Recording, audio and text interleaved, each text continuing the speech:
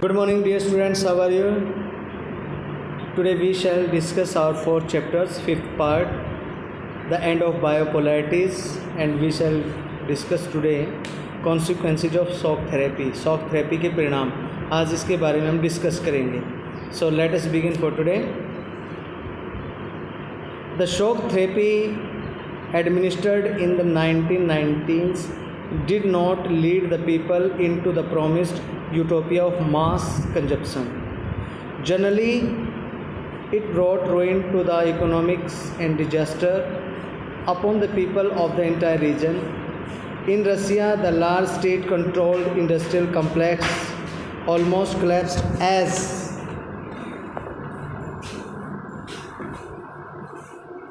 about 90% of its industries were put up for sale to private individuals and companies. Since the restructuring was carried out through market forces and not by government directed industrial policies, it led to the virtual disappearances of entire industries. This was called the largest gas scale in history, as vulnerable industries were undervalued and sold at throwaway prices. Though all citizens were given vouchers to participate in the scales, most citizens sold their vouchers in the black market because they needed the money. Consequences of therapy. Shock therapy के परिणाम तो क्या हुआ इसमें कि 1990 में ये therapy अपनाई गई थी. जनता को उपभोग के उस आंदोलन तक ये नहीं लेकर जा पाई जिसका जनता को वादा किया गया था कि वो उनको आनंद लोक में लेकर जाएगी, ऐसा उनका जीवन में आनंद भर देगी. लेकिन ऐसा कुछ नहीं हुआ क्या कि शॉक थेरेपी से पूरे क्षेत्र की अर्थव्यवस्था वो तहस नहस हो गई और इस क्षेत्र की जनता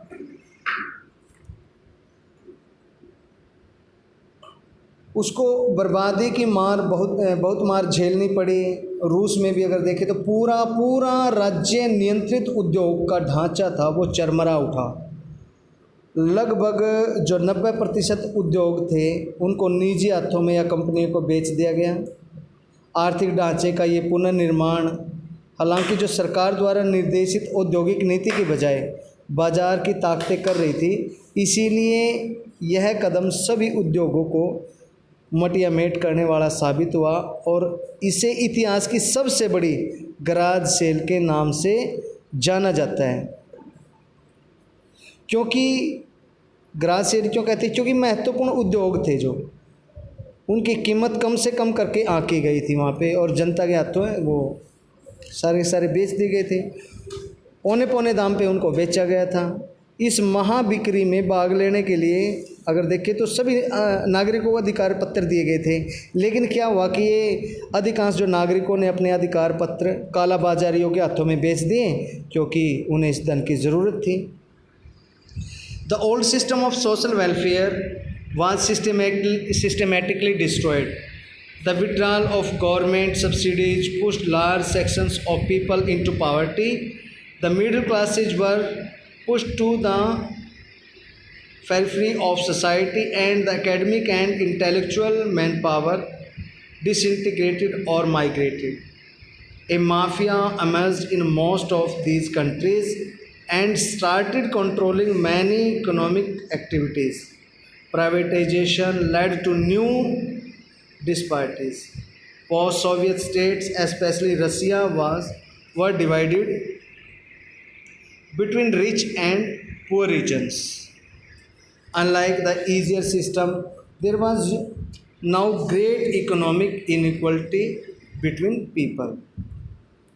अब रूस की जो मुद्रा थी, रूस की मुद्रा है उसको रूबल कहते हैं, रूबल. अब उस रूबल में नाटकीय ढंग से गिरावट आ गई. मुद्रास्फीति थी जो रूस में वो इतनी ज़्यादा बढ़ गई कि लोगों के पास जो उन्होंने अपने जीवन की पूंजी जमा कर रखी थी अपने पास है, वो पूंजी का भी उनका खात्मा हो गया. और अब वहाँ पे पूंजी जाने के साथ साथ सामूहिक खेती की प्रणाली जो पूरे रूस में सामूहिक खेती की जाती थी, अब वो भी सामूहिक खेती ख़त्म हो गई और लोगों को खाद्यान्न के लिए वो बाह्य देशों पर निर्भर रहना पड़ा। खाद्यान्न की सुरक्षा वहाँ पे मौजूद नहीं रही। रूस ने आयात करना शुरू कर दिया खाद्यान्न का। सन 1999 1999 में सकल घरेलू उत्पाद जो 1989 की तुलना में बहुत ज़्यादा नीचे था। पुराना व्यापारिक ढांचा तो टूट के बिखर चुका था और इसकी जगह कोई नया व्यापारिक ढांचा वैकल्पिक तौर पर नहीं आता, कोई वहाँ पे व्यवस्था नहीं हो पाई थी रूस के मौजूदा सत्ताधारियों के द्वारा। The construction of a democratic institution was not given the same attention and priority as the demands of economic transformation. The constitutions of all the countries were drafted in a hurry, and most, including Russia, had a strong executive president with the widest possible powers that rendered elected parliaments relatively weak.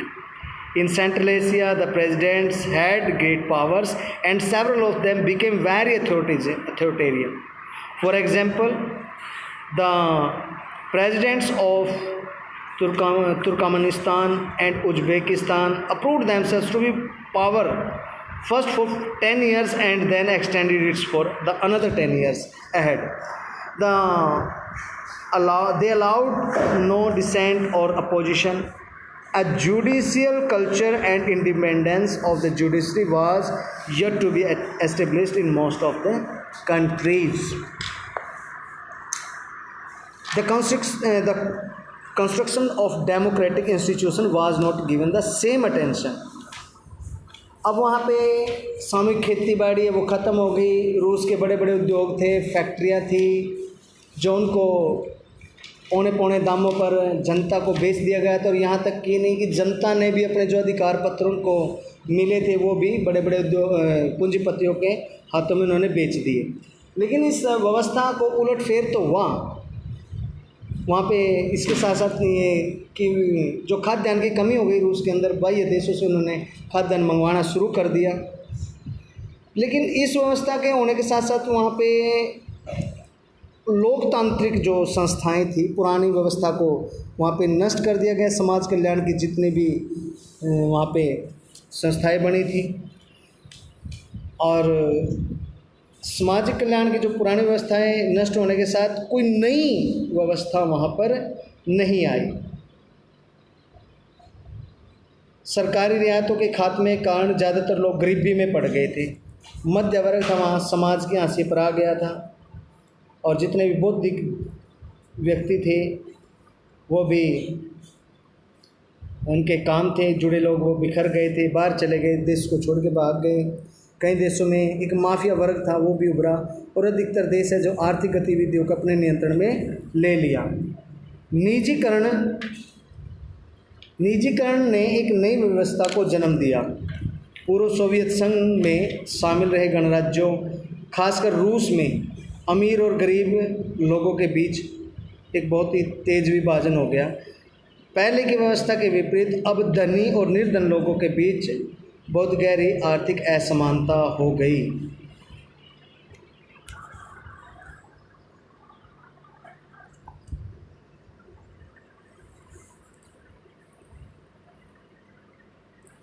और आर्थिक बदलाव वहाँ पे आने के साथ साथ एक बहुत बड़ी एक प्राथमिकता वहाँ पे दी गई कि आर्थिक जो बदलाव आया था उसकी ओर ध्यान दिया गया और उस पर पर्याप्त ध्यान देने के साथ साथ आर्थिक बदलाव के। लेकिन यहाँ पे एक सबसे बड़ी जो कमी रही थी वो थी आर्थिक बदलाव तो हो गया लेकिन लोकतांत्रिक संस्थाओं के निर्माण के लिए कोई भी प्राथमिकता तय नहीं की गई। किसी ने भी पहल नहीं की कि लोकतांत्रिक साम्यवादी व्यवस्था कम तो होने के साथ कि लोकतांत्रिक संस्थाएं वहाँ निर्माण उनका किया जा सके। इन सभी वजहों से बहुत सारे देशों के संविधान हड़बड़ी में तैयार किए गए थे। जैसे रूस भी इसमें था और अधिकांश देश।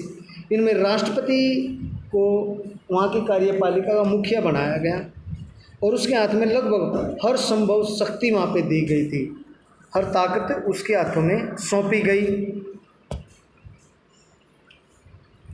मध्य एशिया के देशों में ऐसा देखा कि इसमें कुछ सत्तावादी हो गए। मिसाल के तौर पर अगर हम देखें वहाँ तुर्कमेनिस्तान, उज़्बेकिस्तान, वहाँ के राष्ट्रपतियों ने पहले 10 वर्षों के लिए अपने को इस पद पर बहाल किया, लेकिन उसके साथ उन्होंने आगे समय सीमा बढ़ा दी और 10 सालों के लिए, अगले 10 सालों के लिए भी अपने आप को उसी पद पर बना रहने दिया। अब इन राष्ट्रपतियों ने अपने फैसलों से असहमति हुई या वहाँ पे विरोध है, इसकी अनुमति नहीं दी। अधिकतर देशों में न्यायिक संस्कृति और न्यायपालिका की स्वतंत्रता को स्थापित करने का काम करना भी अभी भी बाकी है वहाँ पे। Most of these economics especially Russia started reviving in 2000, 10 years after their independence.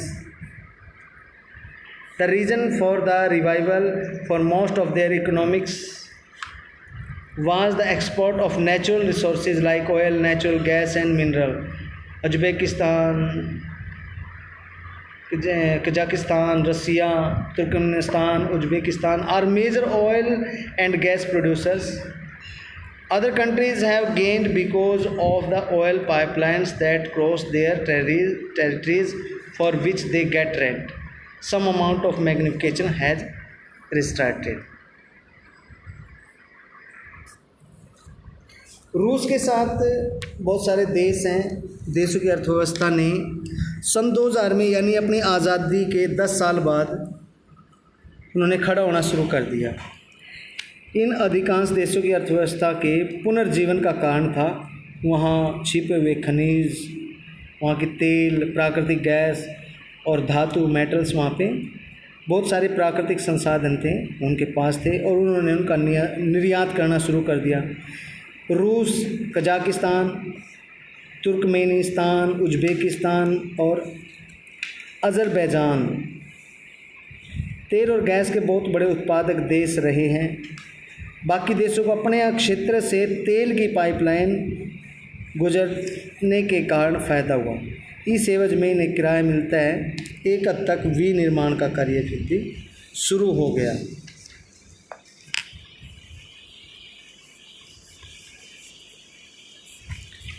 So we have done today's 5th part. Tomorrow we shall discuss tensions and conflicts. यानी कि जो संघर्ष और तनाव की स्थिति इसके फलस्वरूप बनी थी उसकी हम कल को चर्चा करेंगे। So I hope this is enough for today. So let us move next part tomorrow, 6th part of the present lesson, the end of bipolarity. So that's enough. May God Saraswati bless you, my dear students. May you reach to the highest path of great glory in your life. Thank you and have a nice day.